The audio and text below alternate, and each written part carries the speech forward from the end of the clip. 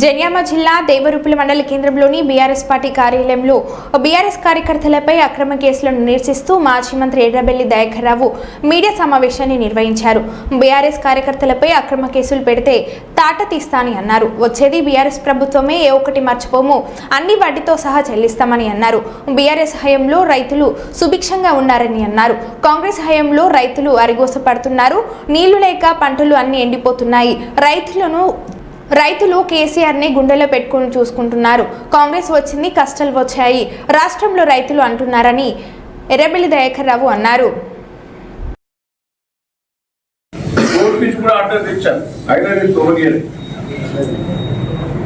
నా మీద శత్రుత్వం పెట్టుకున్నారు వాళ్ళు కూడా. ఎన్నో కేసులు నా మీద పెట్టే ప్రయత్నం చేశారు, అన్ని కూడా ఆపించారు.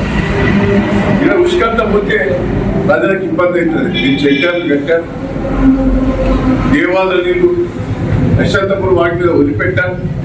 ఎన్నడూ కూడా బోర్ల బాయిల నీళ్ళకు కానీ రైతులకు ఇబ్బంది కాకుండా కాపాడాను. ఈరోజు ఇక్కడ జిల్లాలో 2 మంత్రులు ఉన్నారు, ఎమ్మెల్యేలు ఉన్నారు. మరి ఏం చేస్తారు? రైతుల పక్క ఇబ్బంది పడతారు. కానీ ఇలా దయాకర్ కానీ రవి కానీ వాళ్ళు ఏం కోరుతారు? మా ఉష్కంత పోతే మరి మళ్ళీ నీళ్ళకి ఇబ్బంది అవుతుంది, బాయిలలో బోర్లు నీళ్ళు ఉన్నాయి. ఏదంటే డాక్టర్తో తోలా కానీ బయట నుంచి డాక్టర్ వచ్చి చూడడం పద్ధతి కాదని బాజాప్తా కాగితం, పర్మిషన్ ఇచ్చిన కాగితం ఎంఆర్ఓ దగ్గర పోయి ఎస్ఐ గారి దగ్గర పోయి చూపెట్టారు. ఈ పర్మిషన్ తప్పుదని, ఎప్పుడో ఇచ్చిన పర్మిషన్ పట్టుకుని పోతాడు అంటే ఎంఆర్ఓ గారికి కాంగ్రెస్ వాళ్ళు ఫోన్ చేసి ఆ డేట్ మారుస్తారు. వాళ్ళందరికీ డేట్ మారుస్తారు. ఏం పద్ధతి అంటే పోయి డాక్టర్ తీసుకెళ్ళిపోయి గ్రామ పంచాయతీ ముందర పెడితే ఆయన తప్పుడు కేసులు పెట్టారు.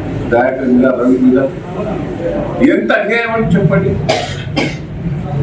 దీన్ని మేము ఇంతవరకైనా వదిలిపెట్టేది లేదు. దీని వెనుక సిఐ గారు కాంగ్రెస్ పార్టీకి ఏజెంట్ గా పనిచేస్తారు. కాంగ్రెస్ పార్టీకి ఏజెంట్ గా సిఐ గారు పనిచేస్తారు. తీసుకుపోతారు, తొర్రూరు మండలం అంతా వెళ్ళిపోతారు.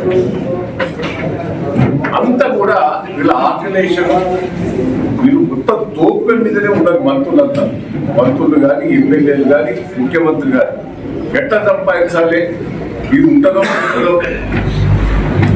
ప్రజలు ఎక్కడన్నా పోని, రైతులు ఎక్కడన్నా పోని. మరి ఎండిపోతానన్న సోయిపులు ఉండదు కానీ ఇచ్చినట్టు కూడా మొత్తం పడిపోయింది. రైతులు కష్టపడి పండించిన పంట కూడా ఎండిపోతారు. ఎవరు కూడా పట్టించుకునే నాదు లేదు. పక్కన ఉన్న ప్రాజెక్టు కూడా కూలిపోయింది, ఆశలు లేదు. వీళ్ళు పిచ్చి పిచ్చిగా మాట్లాడతారు, మళ్ళీ ఉల్టా మాట్లాడతారు. కేసీఆర్ గారు ఉన్నప్పుడు 10 ఏళ్ళు ఏం జరిగింది? ఎక్కడ నిండిపోయినాయా? కరెంటు నాకు ఇబ్బంది పడ్డదా? రైతు బంధువులు టక నాటే ముట్టుబడింది. ఎన్ని కూడా ఒక్కసారి రివ్యూ చేసుకోండి. మీ స్కీమ్స్ మీరు ఎందుకు ఎత్తలేదు అంటలేదు. మీ స్కీమ్స్ అట్టని పేలేయాలి. కేసీఆర్ గారు ఇచ్చిన స్కీమ్స్ మీరు ఇంప్లిమెంట్ చేసే పరిస్థితి లేదు. నీళ్ళు వస్తలేవు, కరెంట్ వస్తలేవు, రైతులకు పెట్టుబడి వస్తలేదు, ఒక పక్కన యూరియా బస్తాలు దొరుకుతలేవు. ఏది కూడా గందరగోళ.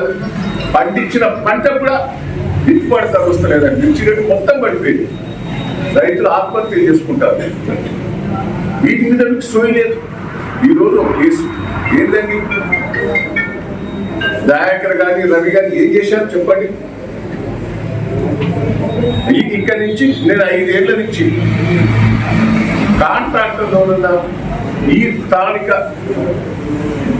కాంట్రాక్టర్లకు, ఓన్లీ దేవాదాయ కాంట్రాక్టర్లకు, వేరే కాంట్రాక్టర్లకు కూడా ఇవ్వలేదు. దేవాదాయ కాంట్రాక్టర్లకు కూడా వాళ్ళకు కూడా ట్రాక్టర్లతో తోలాలి. ఎవరైనా ఇల్లు మందులు